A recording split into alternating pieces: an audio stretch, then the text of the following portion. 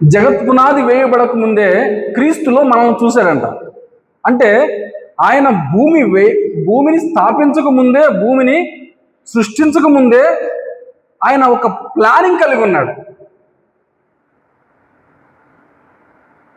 ఎక్కడ? ఆయన నిత్యత్వంలోనే ఒక ప్లానింగ్ కలిగి ఉన్నాడు. సో ఆ ప్లానింగ్లో భాగమే ఈ సృష్టి. ఎవరి కోసం? క్రీస్తులో ఎవరైతే ఇంకా రక్షణలోనికి రావాలో వారి కోసము ఈ యొక్క భూమిని ఒక నివాసయోగ్యమైన ప్రాంతంగా చేశాడు. హల్లెలూయా! నివాసయోగ్యమైన ప్రాంతంగా చేశాడు. మనం ఒక వాక్యాన్ని జ్ఞాపకం చేసుకున్నాం. ఏమని? తన పోలిక చొప్పున తన స్వరూపమందు మనిషిని చేసుకున్నాడు. ఎందుకు చేసుకున్నాడు? ఎప్పుడైతే తన రూపము ఆకాశానికిను మహాకాశాలకి పరిమితం అయిపోయింది, ఇప్పుడైతే భూమి సృష్టించబడుతుంది, భూమి చేస్తున్నాను, ఇక్కడ కూడా నా రూపం తిరగాలి. మనం మార్నింగ్ నిర్ణయం డిస్కస్ చేస్తాం కదా ఈ విషయంలో. ఇది ఎవరూ కూడా ఆక్యుపై చేయకూడదు. చూడండి, ఉన్నతమైన ప్రణాళిక, ఒక ఉన్నతమైనటువంటి ఉద్దేశం. ఇందులో ఒక అద్భుతమైన మాట చూడండి. భూమి నిరాకారంగా శూన్యంగా ఉంది. దేవుడు చేశాడు, మరి నిరాకారంగా శూన్యంగా ఎందుకున్నది అనే ప్రశ్న ఉండొచ్చు. మొదటి వచనానికి రెండవ వచనానికి థియాలజియన్స్ లేదంటే కామెంటరీ చెప్పేవాళ్ళు చెప్పిన ఉద్దేశం ఏంటంటే, వాటికి మధ్యలో చాలా గ్యాప్ ఉంది, ఆ జరిగినటువంటి సన్నివేశాలు చాలా వివరణలు ఉన్నాయి. అవన్నీ కూడా నేను మీకు ఇప్పుడు చెప్పట్లేదు. అయితే ఒక చిన్న మాట చెప్తున్నాను అవన్నీ కొట్టివేయడానికి, లేదంటే అవన్నీ కూడా సింపుల్గా అర్థం చేసుకోవడానికి. అందులో ఒక మాట ఏంటంటే, ఎప్పుడైతే అపవాది త్రోసివేయబడ్డాడో అప్పుడు అపవాది అక్కడ నుండి భూమి మీదకి త్రోసివేయబడ్డాడు, లేదంటే కిందకు త్రోసివేయబడ్డాడు. అనగా క్రింద భూమి, పైన ఆకాశం. అప్పుడు వాడు అపవాది భూమి మీదకి వచ్చినప్పుడు, లేదంటే భూమి మీదకి త్రోసివేయబడినప్పుడు ఆయన యొక్క సృష్టిలో ఒక గందరగోళాన్ని సృష్టించాడు. ఇది ఊహ మాత్రమే. ఎందుకని? నిరాకారంగా ఎందుకుంది. ఆయన సృష్టి చేసినప్పుడు నిరాకారంగా చేయడు కదా. సో అలా అవడానికి గల కారణం ఇది అయ్యుండొచ్చు. దేవుని సృష్టిని వాడు పాడు చేయగలడా? పాడు చేయలేడు. కానీ ఏం చేయగలడనంటే కొంతవరకు గందరగోళం మాత్రమే చేయగలడు. ఫర్ ఎగ్జాంపుల్ మనము చూడొచ్చు, దురాత్మ చేత పట్టబడిన వాళ్ళు ఎలా ఉంటారు చెప్పండి? Not in control. వాళ్ళ యొక్క స్థితి వాళ్ళకి తెలియదు. కానీ పూర్తిగా నాశనం చేయగలడా? అధికారం లేదు. మళ్ళీ అపవాదికి అధికారం లేదు. ప్రేరేపించగలడు అంతే, ప్రోత్సహించగలడు. ఏది? చెడులో పడడానికి, పాపంలోకి వెళ్ళడానికి, దుష్టత్వంలోకి వెళ్ళిపోవడానికి, అక్రమంలోకి వెళ్ళిపోవడానికి ప్రేరేపించగలడు, కానీ చేయించలేడు. ఆ యొక్క ప్రేరణకు లోనైతే పడిపోతాం, లోన్ అవ్వకపోతే నిలబడతాం. అయితే అపవాది త్రోసివేయబడినప్పుడు వాని యొక్క ప్రయత్నంలో భాగంగా కొంచెం అటు ఇటు చేసి ఉండొచ్చు. అది కూడా ప్రభు యొక్క అనుమతి ఉండొచ్చు, ఉండకపోవచ్చు. అనుమతి లేకుండా ఇది చేయలేరు. ఎందుకంటే యోబు గ్రంథం ప్రకారం ప్రభు అనుమతించకుండా ఏది చేయడు అపవాది కూడా. ఎందుకనంటే తరచూ అపవాది ఏమి చేయాలన్నా, ఎలా చేయాలన్నా ముందస్తుగా ప్రభు దగ్గరికి వెళ్ళి, మరి నా బతికిట్లా ఉంది, అటు ఇటు తిరుగుతుంది, ఏదన్నా అనుమతి ఇవ్వచ్చుగా, ఏదో ఎవరో కదుపుతానని అంటాడు. అంతేనా కదా అండి? ఎవరో ఒకరు కదుపుతాను, ఎవరో ఒకరు ముంచుకుంటాను, నాకు ఇంకేముంది అని అంటే సరే, విశ్వాసం అవిశ్వాసం అప్పగిస్తాడు.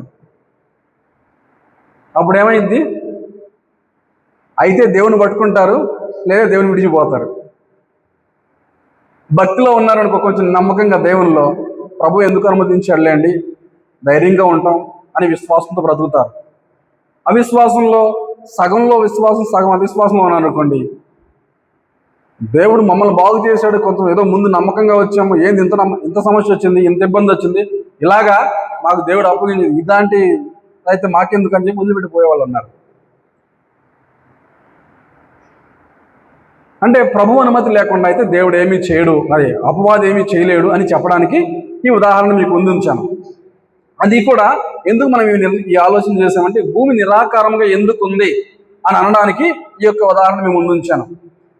అయితే దేవుడు నిరాకారంగా ఉన్న దాన్ని ఏ విధంగా ఆకారంలోనికి తీసుకురాగలిగాడు, ఏ విధంగా చేయగలిగాడు? ఏం లేదు. నిరాకారం అంటే పెద్ద ఎక్కువ ఏమీ చేయలేదు. అక్కడ దేవుని యొక్క వెలుగు లేకుండా ఈయన చీకటితో కమ్మాడు, అంతే. ఇంకొక చిన్న వివరంతో చెప్పాలంటే, దేవుని వెలుగుకి ఈయన యొక్క అపవాది యొక్క చీకటి అడ్డం పడింది, అంతే.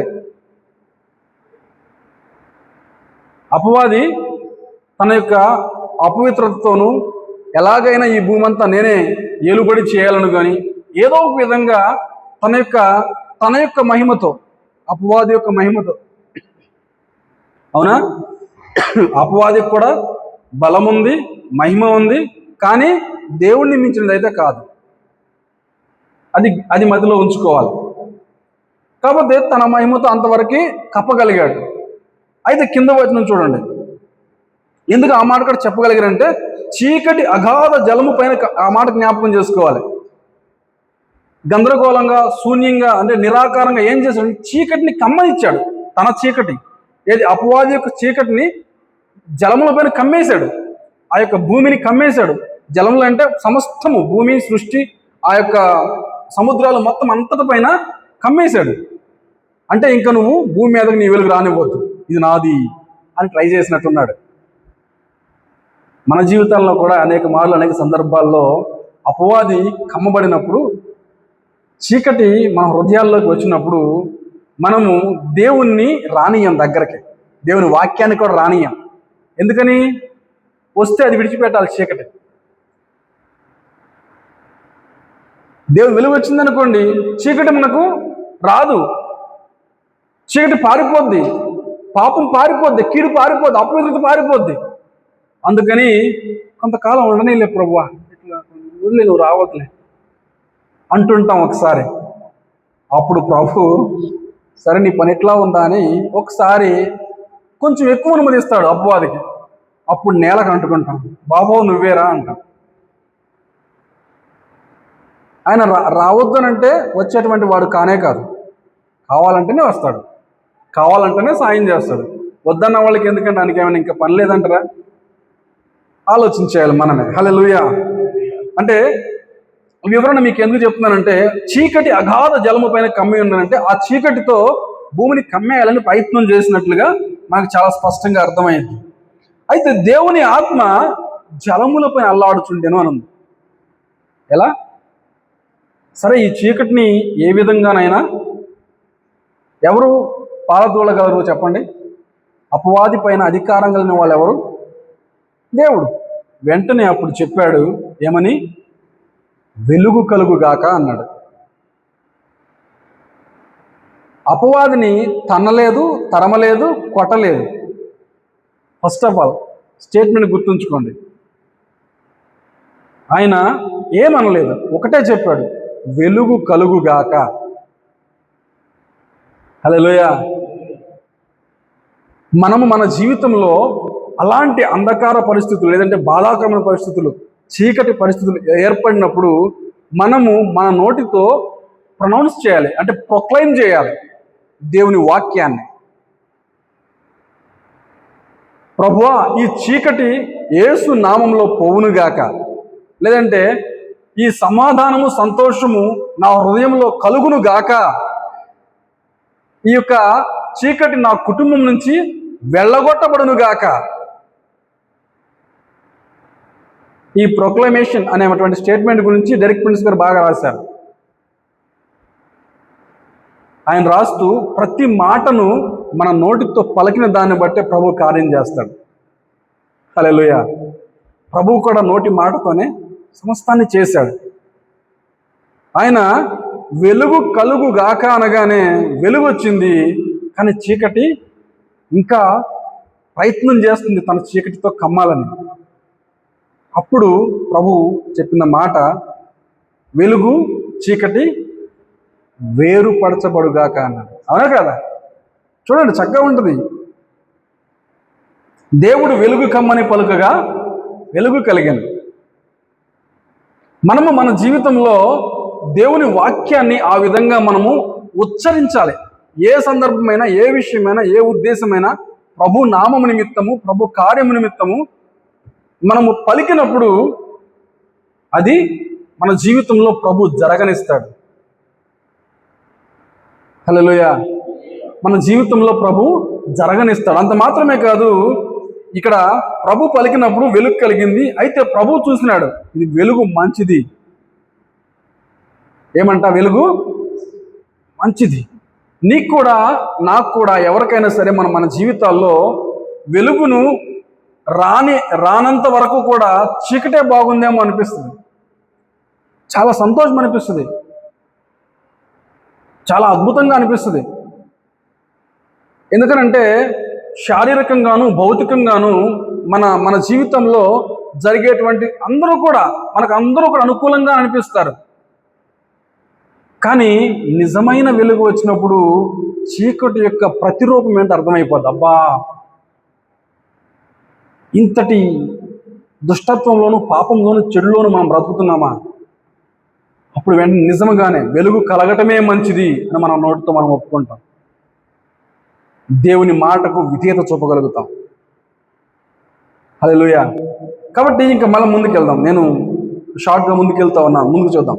వెలుగు కలుగుగాక అని చెప్పినప్పుడు వెలుగు కలిగింది. వెలుగు మంచిదని దేవుడు చూశాను. దేవుడు వెలుగును చీకటిని వేరుపరిచాడు. దేని వేరుపరిచాడు? అదేంటండి, వెలుగును చీకటిని వేరెందుకు చేయడు? చీకటి తీసేదలు పడేయచ్చు కదా. అవునా కదా?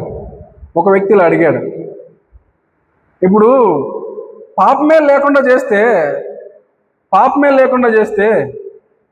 ఈ బాధ ఎందుకు, చక్కగా దేవుణ్ణి ఆరాధించాం అయిపోయేది కదా అని.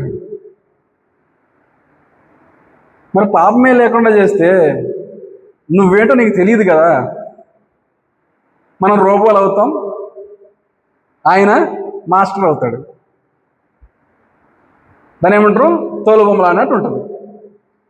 నీకు స్వేచ్ఛ లేనట్టే కదా. అప్పుడు ఇష్టాన్ని పీక అవతల పడేసినట్టే.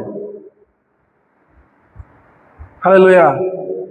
కాబట్టి దేవుడు చీకటిని వేరుపరిచాడు. నువ్వు కావాలంటే ఎప్పుడైనా వస్తాడు. నాకు చీకటే బాగుంది, ఈ అంధకారంలోనే బతకమే బాగుంది, ఈ లోకమే మంచిది, ఈ లోకంలో ఎంత సంతోషము, ఎంత ఎంజాయ్మెంటు, ఎంత ఆహ్లాదంగా ఉంది అని తృప్తిగా ఇక్కడే బ్రతకాలనుకుంటే భూమి మీద ఏ అభ్యంతరం లేదు సుమి. ప్రభు నమ్మదగిన వాడు, నీ స్వేచ్ఛని హరించడు. హరిస్తాడండి? నీ స్వేచ్ఛని ఎన్నటికీ హరించడు.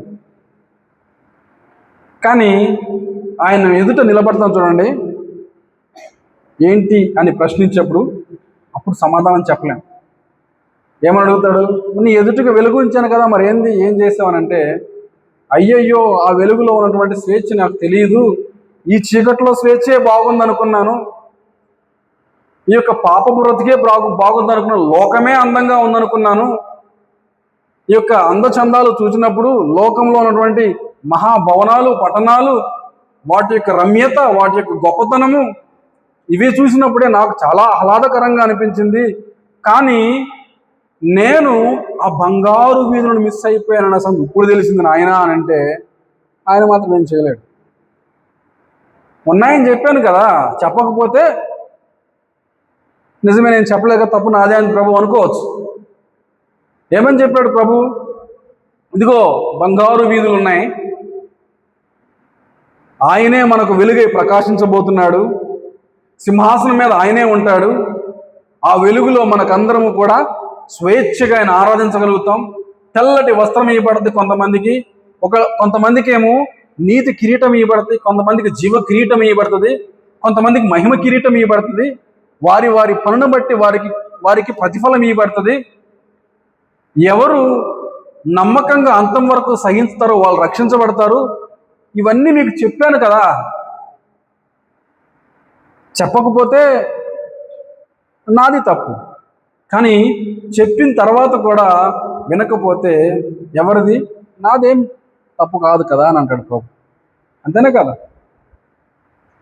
కాబట్టి దేవుని విషయంలో వెలుగుని చీకటిని ఎందుకు వేరుపరిచాడంటే, ఎందుకు ఉంచాడంటే వానికి ఇంకా సమయం ఉంది.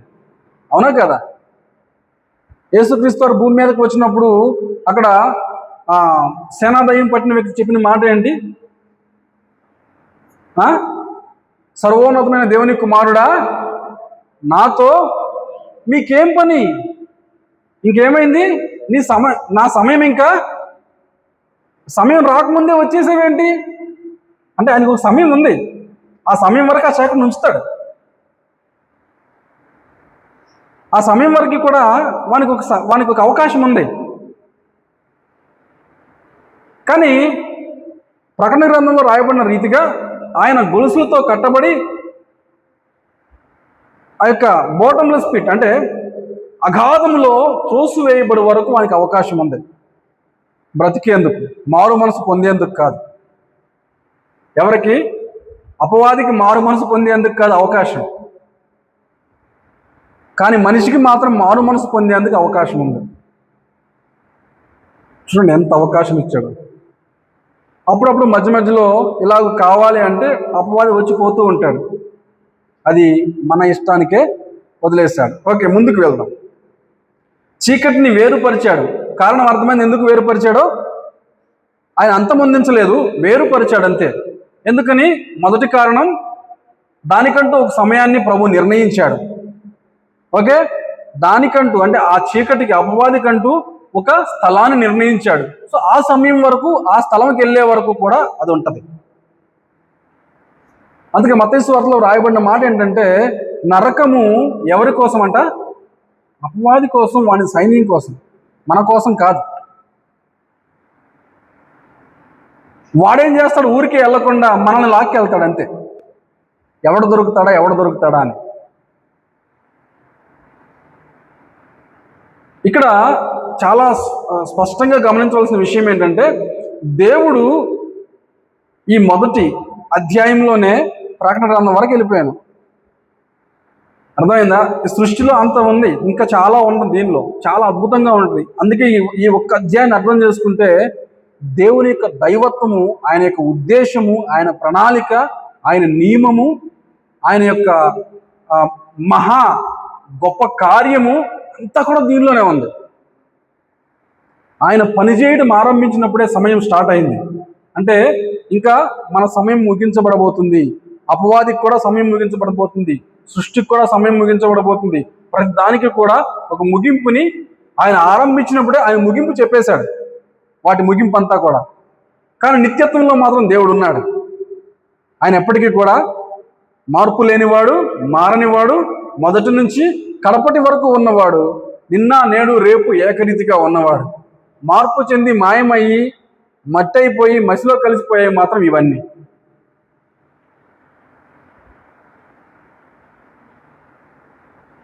అక్కడ వ్రాయబడిన వాక్యాలు మనం గమనించుకుంటే చాలా అద్భుతంగా ఆయన ప్రేమ అర్థమైంది.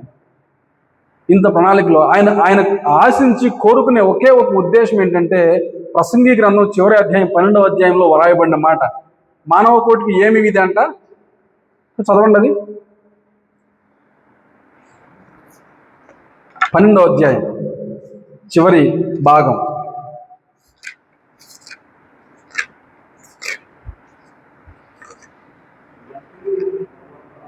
ఇదంతయు వినిన తరువాత తేలిన ఫలితార్థం ఏదంటే, చెప్పండి, దేవుని యందు భయభక్తులు కలిగి ఉండి ఆయన కట్టడలను అనుసరించి నడుచుచుండవలెను మానవ కోటికి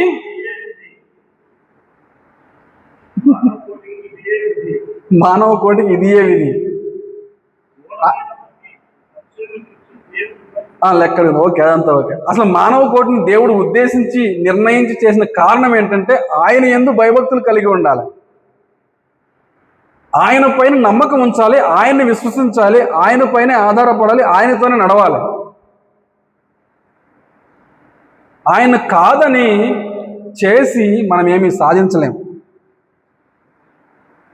అదేంటండి ఇంకా స్వేచ్ఛ ఇచ్చారంటున్నారు, ఇంకేముంది మరి స్వేచ్ఛ అంతా ఇలా తీసేసుకుంటే ఎలాగూ అని. తీసేసుకున్నాడా లేదంటే స్వేచ్ఛను అలాగే ఉంచాడా? ఒక నియమాన్ని చెప్పాడు. ఏ నియమం అంటే, మనకు దేవుడు మనల్ని తన స్వరూపంలో చేసుకున్నాడు, అదొక భాగ్యం. అయితే అంతకన్నా భాగ్యం ఏంటంటే, దేవుడు మనకు తప్పిపోకుండా, అంటే నిత్య నరకానికి వెళ్లకుండా ఒక అవకాశాన్ని ఇచ్చాడు. భయభక్తులు కలిగి ఉంటే ఎవరికి లాస్ అండి, ఎవరికి లాభం అండి చెప్పండి? ఆయన ఎందుకు భయభక్తులు కలిగి ఉంటే లాభం ఎవరికి? ఆయనకి ఏమైనా లాభమా?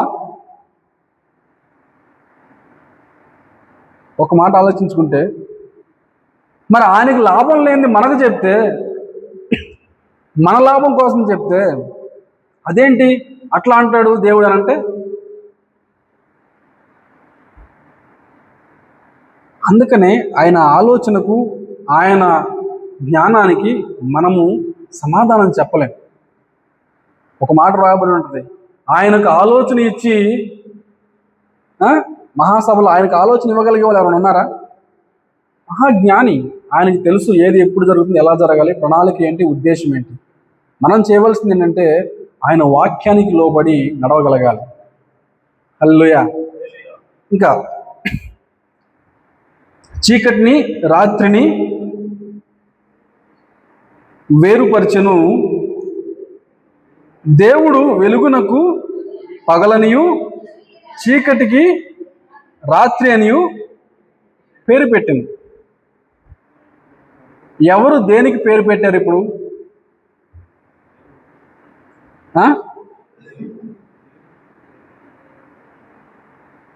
పేరు పెట్టిన వారు, పేరు పెట్టిన వస్తువు పేరు పెట్టిన వానికే సొంతం.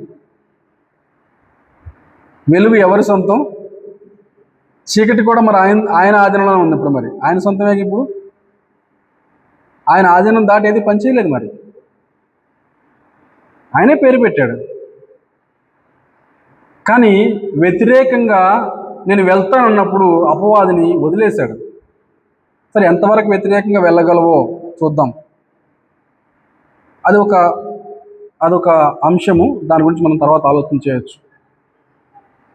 ఎందుకనంటే దేవునికి వ్యతిరేకంగా కొంతవరకు బాగా అనిపించవచ్చు, సమాధానంగానో తృప్తిగానో ఇంకా ఏదో ఆహ్లాదకరంగా అనిపించవచ్చు, కానీ పర్యవసానం వేరుంటుంది. ఇందులో ఒక మాట మరలా మనం ముందుకెళ్దాం. జగత్ పునాది వేయబడక ముందే ఎవరిలో చూశారు? ఎఫెసీయులకు రాసిన పత్రిక 1వ అధ్యాయము 4-6.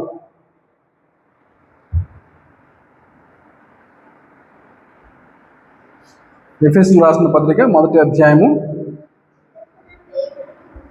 జగత్ పునాది వేయబడక మునిపే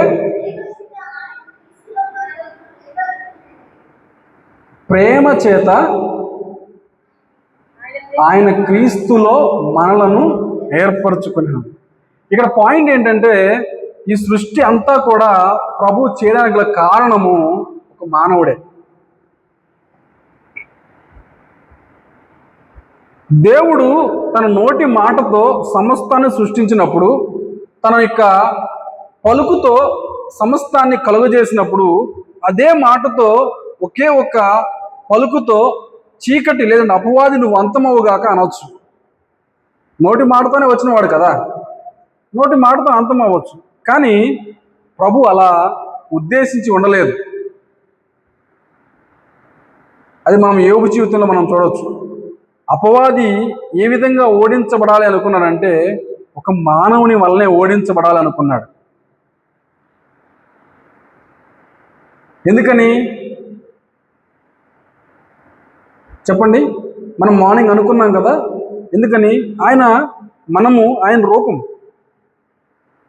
మార్నింగ్గా మనం ఒక ఆలోచన చేస్తాం. ఆయనతో నమ్మకంగా ఉండటం వలన ఆయన గెలిచాడు. అంటే ఆయన గెలవడానికి మనం పనిచేయాలి, ఆయనతో నిలబడాలి, అంతే. అందుకనే దేవుడు కూడా వాక్యము రూపము ధరించుకొని భూమి మీదకి రావడానికి గల కారణం, అనగా మానవ రూపంలో వచ్చి తన యొక్క పరిధులన్నింటినీ కూడా తగ్గించుకొని మరణాన్ని జయించినప్పుడు ఒక మానవుడిగా మరణాన్ని జయించాడు దేవాది దేవుడు. అప్పుడు అపవాది ఓడిపోయాడు. చూడండి, ఆయన నోటి మాటతో చేయొచ్చండి, చెప్పొచ్చు, కానీ అలా చేయలేదు దేవుడు. ఎవరి ద్వారా ఓడించాలనుకున్నాడంటే, నా రూపము భూమి మీద తిరుగుతూ ఉంది, నా రూపము భూమి మీద సంచరిస్తూ ఉంది, అందులో నా ఆత్మ ఉంది, ఆ యొక్క యునిక్నెస్, ఆ యొక్క ప్రత్యేకత నిన్ను ఓడించగలదు అని ప్రభు చీకటితో అపవాదితో ఛాలెంజ్ చేసినప్పుడు ఇవన్నీ జరుగుతూ ఉంటాయి. అందుకనే అనేక సందర్భాల్లో, అనేక పర్యాయంలో మనము నిలబడినప్పుడు ప్రభు గెలుస్తున్నాడు, మనము నిద్రించినప్పుడు, కునికినప్పుడు వాడు గెలుస్తున్నాడు, అపవాది గెలుస్తున్నాడు. మార్టిన్ లూథర్ చెప్పినటువంటి ఒక స్టేట్మెంట్ ఏమన్నాడంటే, ప్రతిరోజు ఉదయాన్నే 4 గంటలకు నేను లేచి ప్రార్థన చేయాలి. ఏ రోజైతే నేను ప్రార్థన చేయలేదో ఆ రోజే అపవాది గెలుస్తాడు. ఏ రోజు ప్రార్థన చేస్తే ఆ రోజు దేవుడు గెలుస్తాడు. ఆయనతో అపవాది మాట్లాడుతూ ఒక మాట చెప్పింది. ఏమని? ఆయన చేసినటువంటి పాపపు చిట్టా అంతా తీసుకొచ్చి ఆయన ముందు పెట్టి, ఇదిగో నువ్వు చేసిన పాపాలు, అయినా ప్రభు నిన్ను క్షమిస్తాడా, అయినా ప్రభు నీకు రక్షణ ఇస్తాడనంటే, వెంటనే ఒక రెడ్ పెన్ తీసుకొని దాని మీద ఇంకు చల్లి ఇలా రాశాడు. ఏమని? యోహాను రాసినటువంటి పత్రిక 1వ అధ్యాయము 9వ వచనం ఏమని రాసినది అక్కడ? మనము మన పాపములను ఒప్పుకునే యెడల ఆయన నమ్మదగిన వాడు, నీతిమంతుడు గనక సమస్తమును ఆయన క్షమించి దుర్నీతి నుంచి విడిపిస్తాడు. ఆ స్టేట్మెంట్ రాసి, యేసు రక్తము ప్రతి పాపం నుండి మనల్ని విముక్తి చేయను అని చెప్పి రాసేశాడు. మరలా ఎప్పుడు పాపాలు చిట్టాపట్టున ఆయన దగ్గర రాలేదంట అపవాది, మరలా ఎప్పుడు రాలేదట.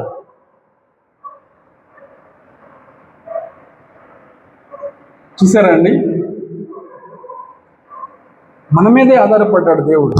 మనము గనక ఆయనతో నమ్మకంగా లేకపోతే నిజంగా ఆయన ఓడిపోతాడు. మన కోసం ఆయన చేసిన త్యాగం, మన కోసం ఆయన చేసినటువంటి చూప ప్రేమ, మన కోసం ఆయన తగ్గించుకున్నటువంటి తగ్గింపు, మన కోసం ఆయన నిలబడినటువంటి అనేక పర్యాయాలు, అనుభవించినటువంటి శ్రమలు, దెబ్బలు, నిందలు, అవమానాలు, మనం ఎప్పుడైతే నిలబడతామో ఇవన్నీ కూడా ఆయనకు లెక్కలోకి రావు. కానీ మనం ఎప్పుడైతే నీరసించి అలసిన వారమై పడిపోతామో ఇవన్నీ కూడా నొప్పిస్తూ ఉంటాయి ఆయన. ఎందుకని ఆయన అంత ప్రేమ చూపించాడు.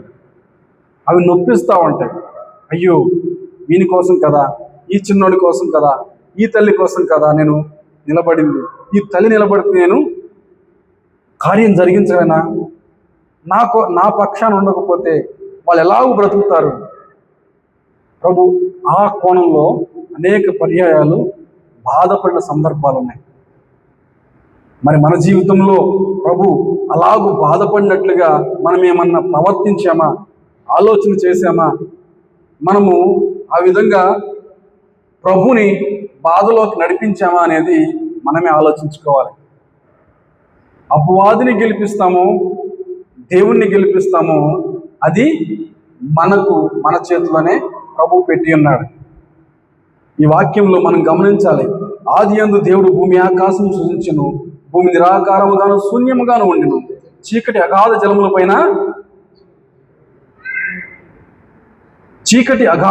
పైన కమ్మియుండెను, దేవుని ఆత్మ జలములపై అల్లాడుచుండెను. దేవుడు వెలుగు కమ్మని పలుకగా వెలుగు కలిగెను, వెలుగు మంచిదైనట్టు దేవుడు చూచెను. దేవుడు వెలుగునకు చీకటిని పేరు పెట్టెను, దేవుడు వెలుగును పగలని చీకటికి రాత్రనియు పేరు పెట్టెను. అస్తమయము ఉదయమును కలగగా ఒక దినమైంది. ఈ ఒక్క దినంలో ఈ పరిచయం ఇది. ఈ ఒక్క దినంలో ఉన్న పరిచయం దేవుడు ఏమేమి మాట్లాడుకున్నాం సార్ చెప్పండి. మీరేం రాసుకున్నారు? మొదటి మాట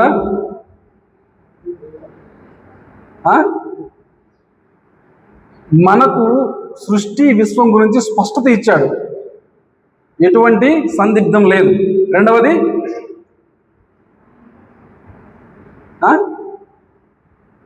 గట్టిగా చెప్పండి అమ్మా అయిలారా.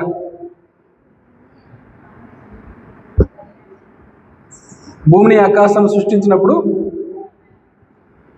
టైము స్టార్ట్ అయింది. అప్పుడు దాకా టైం లేదు, నిత్యత్వంలో ఉన్నాడు. అవునా? నిత్య కాలం నుండి నిత్యత్వం వరకు కూడా ఆయనే ఉన్నాడు. ఎప్పుడైతే ప్రభు సృష్టించాడో అప్పుడు సమయం స్టార్ట్ అయింది. ఇంకా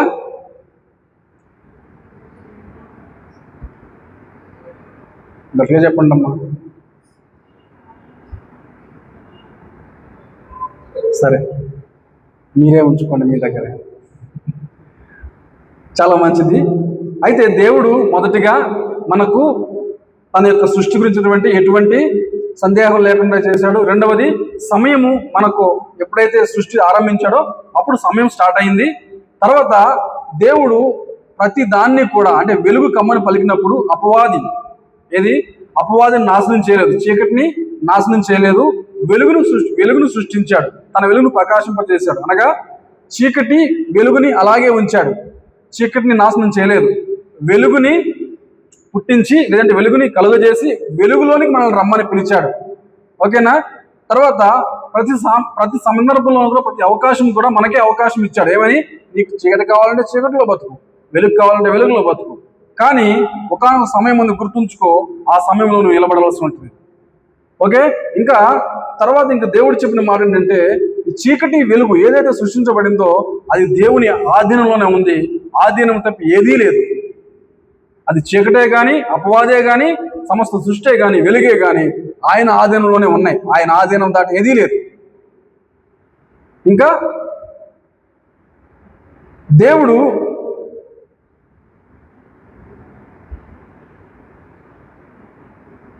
ఒక నిమిషం,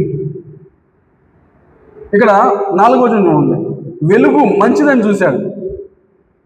దేవుడు ఏది చేసినా మంచిదే చేశాడు.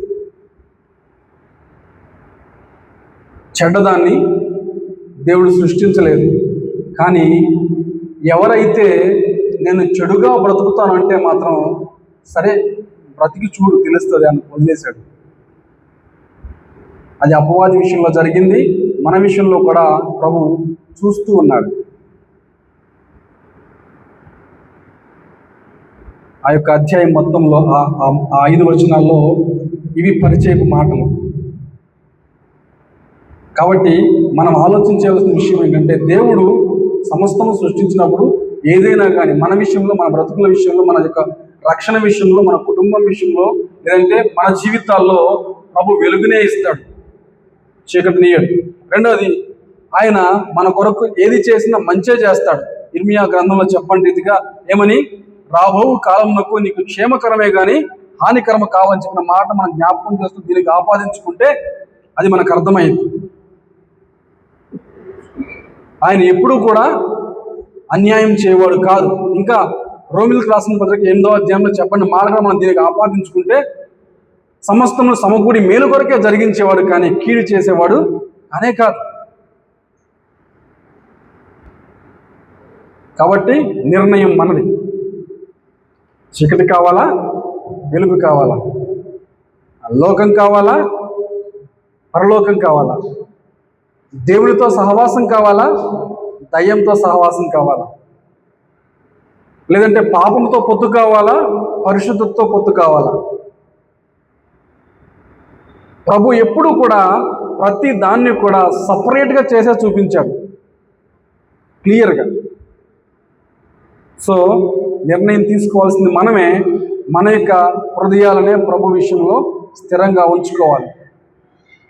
ప్రభు అంటే కృప, సమాధానము ప్రభు మన జీవితంలో అనుగ్రహించి నెమ్మదిని, వెలుగును, మంచిని మన పరిచర్యలో, మన హృదయంలో, మన కుటుంబంలో, మన బిడ్డల జీవితంలో అనుగ్రహించి నడిపించునుగాక. ఆమేన్. ప్రార్థన చేసుకుందాం.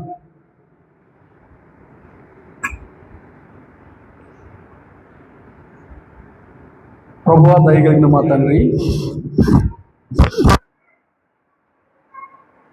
ఇదిగో ఆది కాండము 1వ అధ్యాయము 1 నుంచి 5 వచనాలు మేము ఆలోచన చేశాము.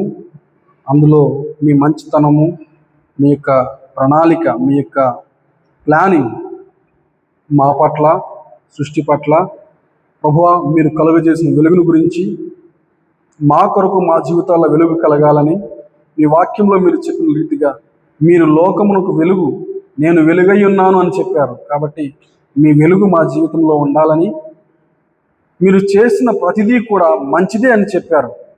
ఆ మంచి మా జీవితంలోనూ, మా కుటుంబంలోనూ, మా పరిచర్యలోనూ, మా బ్రతుకులోనూ ఉండాలని కనికర సంపన్నుడా మీరే దయచేసి నడిపించి సహాయం దయచేయండి. ప్రభు, మరి మొదటి దినముల విషయంలో మేము ఆలోచన చేసినప్పుడు అనేకమైనటువంటి తండ్రి ఆలోచనలు మా హృదయంలో అపవాది కలిగించినప్పుడు వాటన్నిటినీ కొట్టివేసి నీ వాక్యమే మాలో ప్రతిబింబించి ఫలించి నడిపించి విశ్వాసంతో నింపమని, మీ కృపతో నడిపించమని యేసు నామములో అడిగి వేడుకొనుచున్నాము తండ్రి. ఆమేన్.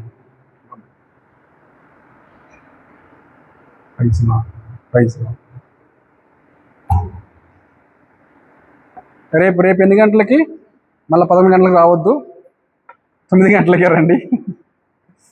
కొంచెం ఎర్లీగా మనము కావాలంటే మధ్యలో బ్రేక్ తీసుకుందాం, ఓకేనా? బ్రేక్ తీసుకుంటే సరిపోతుంది, ఇబ్బంది ఉండదు.